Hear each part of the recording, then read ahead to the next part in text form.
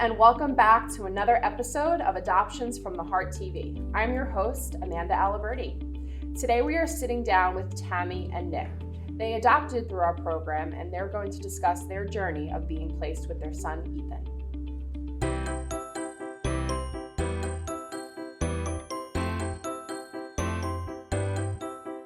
Can you guys share what it was like when you first came to Adoptions from the Heart and what your expectations were in terms of building your family?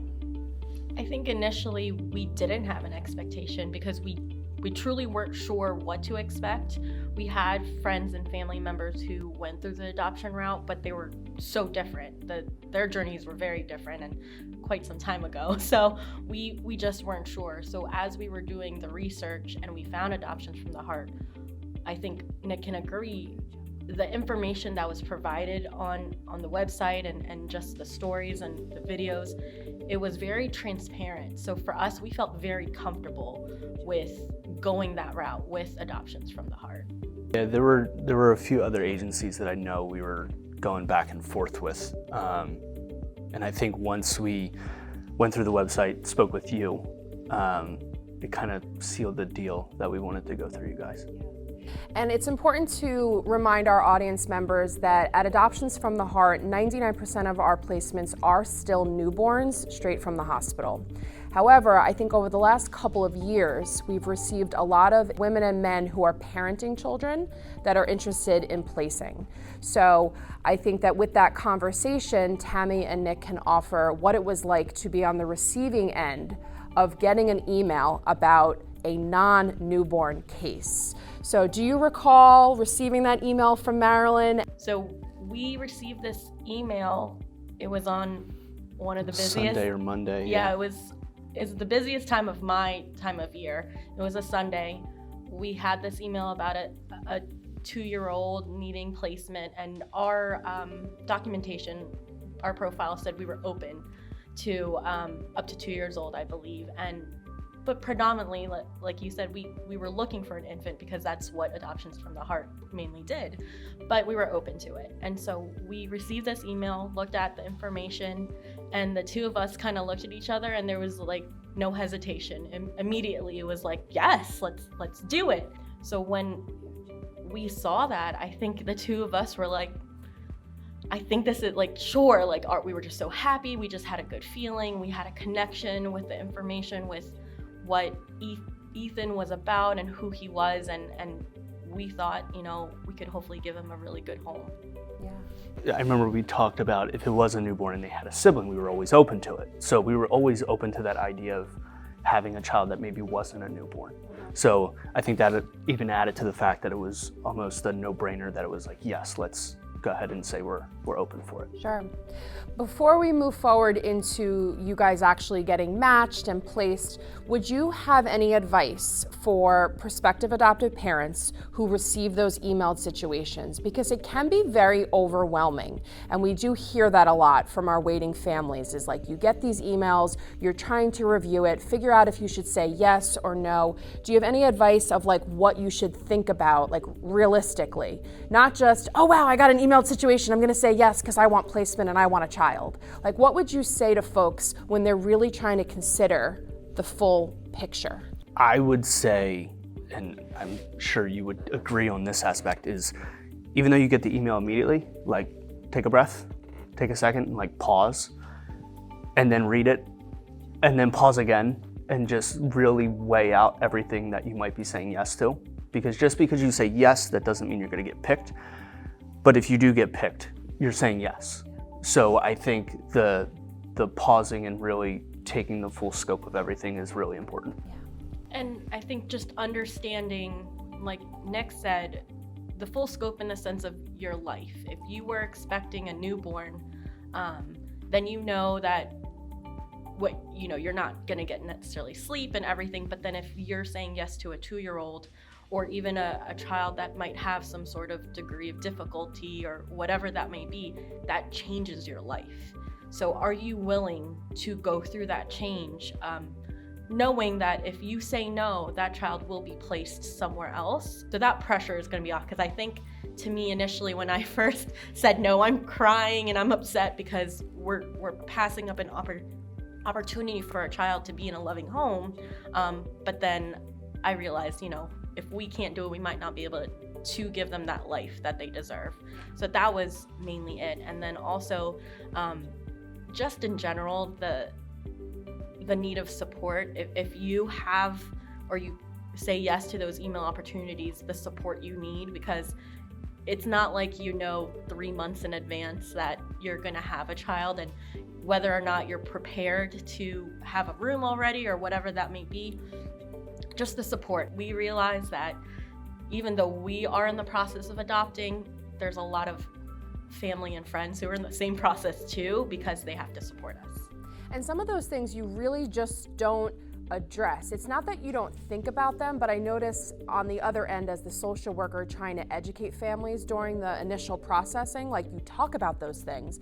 I fully see you both saying, yes, we get it, we know we have to prepare A, B, C, and D for getting that call. But until you actually receive that email or get the call that you've been matched, your whole life flashes before your eyes, and you're like, wait a minute, you want me to be where tomorrow? I have 4 other things I have to do. I have to make sure the house is ready, a room is set up, all the things that you're saying. So really trying to digest what these changes are going to look like. Yeah, absolutely. Especially because that you might be gone for an extended, even just a week. And so if you have to think about when you go on vacation, you plan everything. Mm-hmm. So you need to at least have a couple people on that speed dial saying, now's the time, I need you to do X, Y, Z.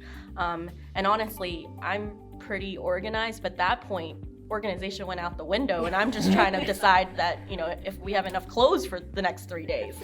And I think that's a really good point, is to almost talk to some of your support members up front while going through the process, that this is a possibility, that you might get a call. Granted, you don't need to be anywhere within 12 hours, but you need to be on standby, that if we need help at the house, you can go do it. Yeah, absolutely.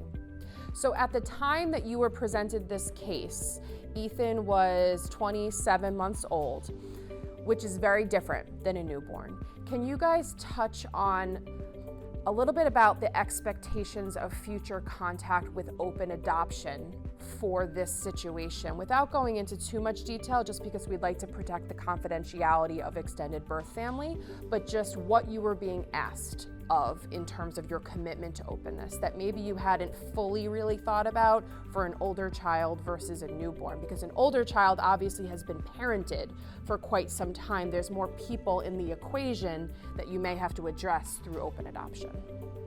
I mean, I think initially, when somebody says, this is what the expectation is, 2 or 3 time visits a year, are you good with it? The two of us are like, sure, not a problem. We can do it because it makes sense. 3 times a year is really not that hard, and 365 days. But then, then you consider, well, I work and he's going to be in daycare or whatever it might be. And then you have to pause, and which we weren't, not that we weren't prepared for, but it just didn't occur to us. Sure. Being open with birth father and birth mother's family, it has always been on the top of our list, because again, we've had family and friends who went through the process who might have had a closed adoption and they weren't sure where they came from, or they had the open adoption but they chose not to go that route of being that close with their birth families, and we just wanted Ethan to have that option for himself. And so the closeness or not closeness, whatever he chooses, we want it to be up to him. So I think making the effort to do the 2-3 times a year or anything in between, if possible, is important to us. Yeah, and I think when we first decided to go down the path of adoption, you tell me if I'm wrong here, but it was almost, well, there's closed and there's open, we don't know which one we want to do.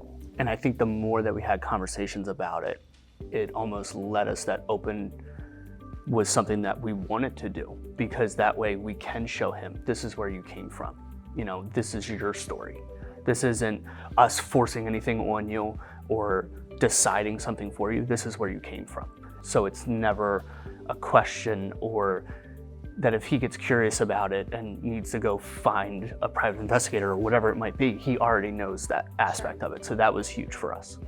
And I think your hearts have always been in the right place since the day you guys came to Adoptions from the Heart. Like, you've always been those people, to me at least, like, you understood it because you knew it would benefit your child in the long run. Whatever that may look like was going to be different and unique based off of the situation, but your heart has always remained in the right place where you just want the best for Ethan.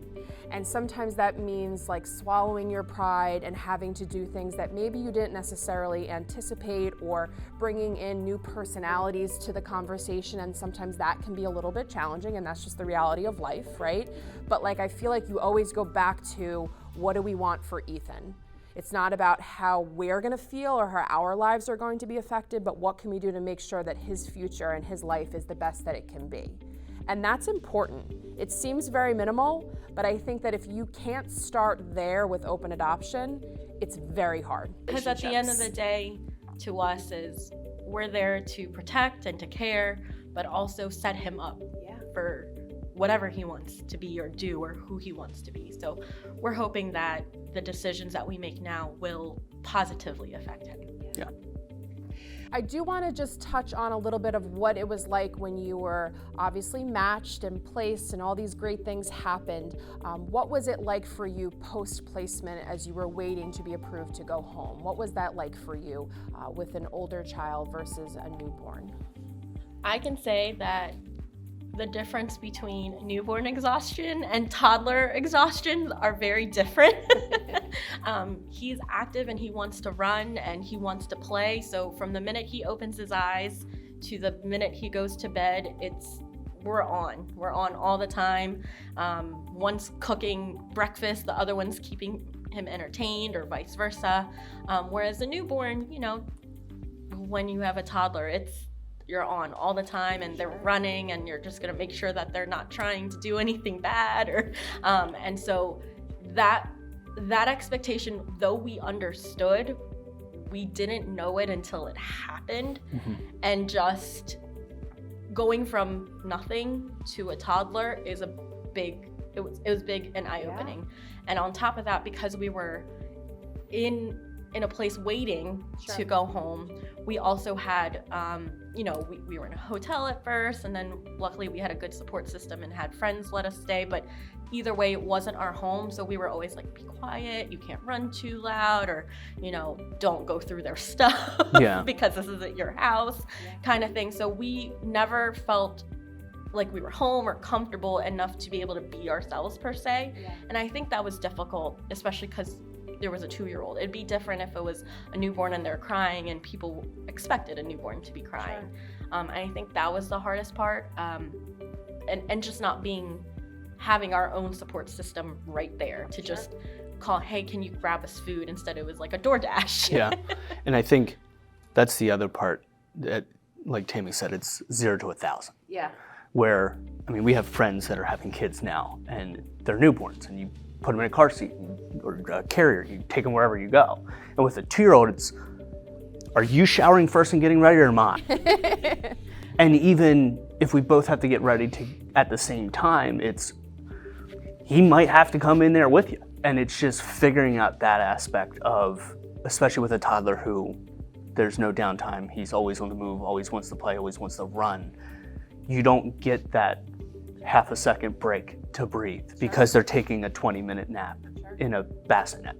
And that, I guess, was the most challenging part, because even before him, we were always on the go and doing things. But now with him, we're still on the go. It just takes a little bit longer to get out the front door. So you guys live in the state of Maryland. You were placed through our central Pennsylvania office location, and you were in Pennsylvania for quite some time. While we don't have to get into the nitty-gritty of why, you did have a longer, extended ICPC waiting process, which is part of the adoption process.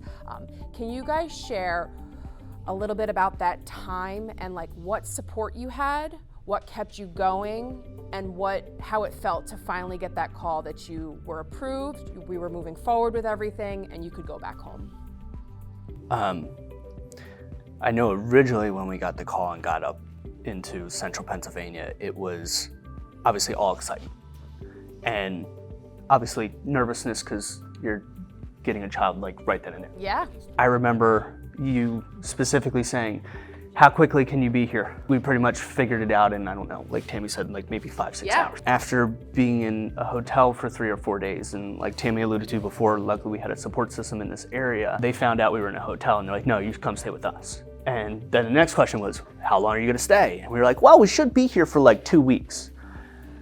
And then 2 weeks went by, and 3 and 4. And for us at least, it almost felt like we were becoming a burden, which they told us not to feel that way, of course, but they loved us because we were their roommates that they never thought they needed. Yeah, when we would cook and help clean around the house and all that. That was the way we supported. You're letting us stay because you're our friends and our support system, but also, you know, you didn't have to do this, and we could be staying in a hotel, so we bought dinner or we cooked because they let our child go run around in the yard. Things that, but also back home, we had family who was setting up his room.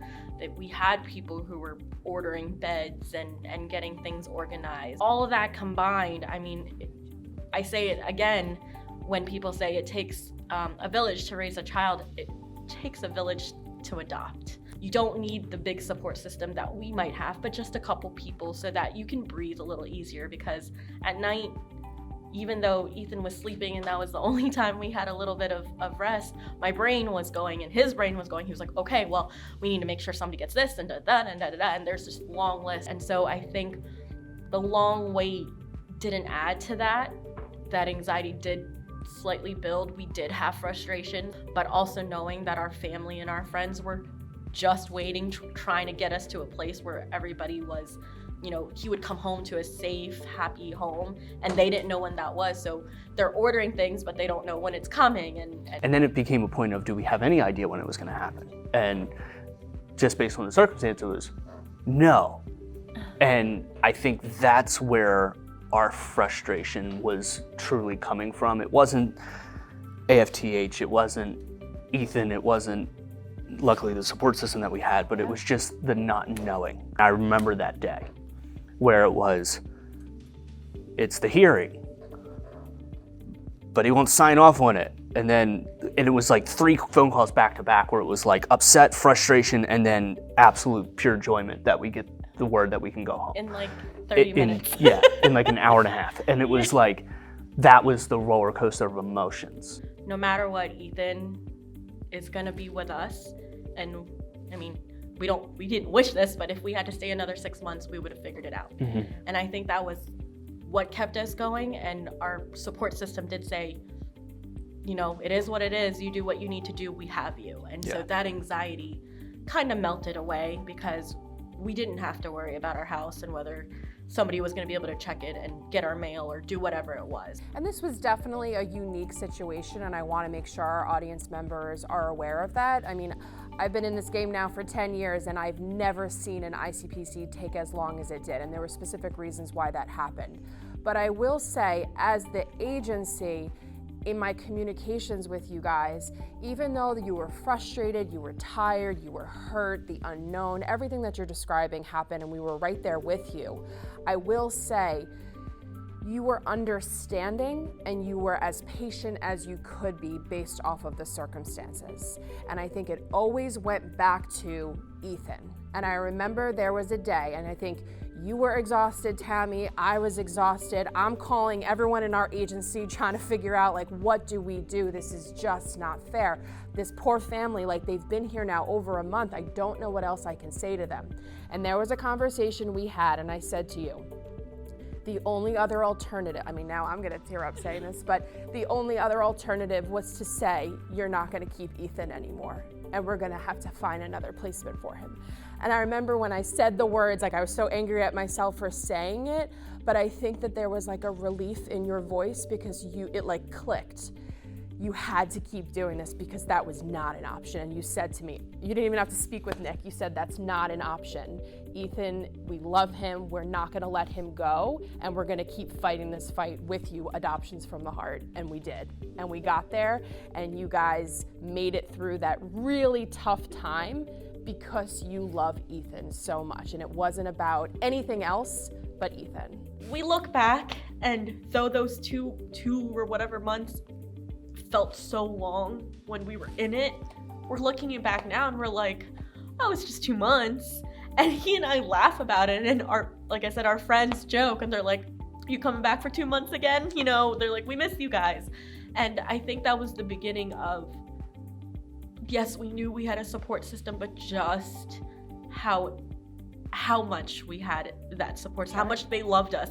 And not even us, they loved Ethan from the beginning. So I think all those emotions, happy, sad, angry, I mean, we were everything. And we were always all on the same page. We were always transparent. And that's always my advice to other people when they're trying to navigate how do you communicate with a family that's in such a tough situation, being fully transparent. Like, you guys knew Marilyn and I were both like in that same boat with you. And while we were not displaced from our homes like you guys were, we were honest with you every step of the way. What was happening with ICPC, with the judge, with the agency, like we were right there with you.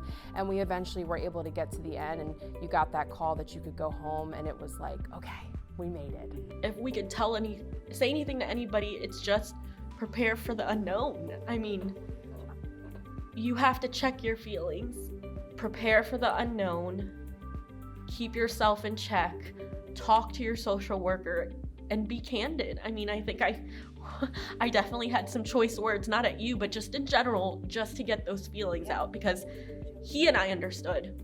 Nobody else understood. And though people tried to understand, they couldn't. So any "it'll be okay" statements or whatever you need, we appreciate it, but we're like, you have no idea. And then when we spoke to you, you understood. So it was just like, here are all my emotions. And you told us, you know, yes, you're allowed to feel this way. And I think that's what we needed, because we felt like, how could we be so frustrated when our child's here? This is who we've wanted for our whole life. Well, just as a final note, can you guys share what it was like, was that a week ago or 2 weeks ago, when you had your final adoption hearing? Everything was signed, sealed, and delivered. Nick and Tammy are now the legal parents to Ethan, and what you expect for the future. I guess it also goes back to the support system. Yeah, there were other people that said they wanted to make it and they couldn't. And I and Tammy had to tell them, like, I mean, you could have came, but you would have been standing. Yeah. So I know I was experiencing even like a little bit of nervousness going up and going to that hearing of like, is the judge gonna ask me like 14,000 questions? Which of course they did, which was fine, but it was finally knowing that it was, at least for that aspect of it, it was done. And being able to say legally that he is our son was an extremely good feeling, which then obviously kickstarts like 5 other things that we now want to and are looking to do because he's finally ours legally. And the happiness and emotions, like I say this to people, I think all of them in 5 minutes, you know, when the judge was asking my name, because you went through from the minute we talked to AFTH, from the minute we decided to go in this journey to that, it was done. And though it was a long process, and though we had our ups and downs, at the end of the day, it was just that relief and that love exuded from the entire room of our support system, all the way through text messages and you know, Facebook messages after the fact, and just anybody who felt our joy felt it too. And I think that overall relief as well, be able to share that he is our son, I think was the main thing that just put a smile on my face. And Ethan felt it, because he knew, he said that everybody was there for him.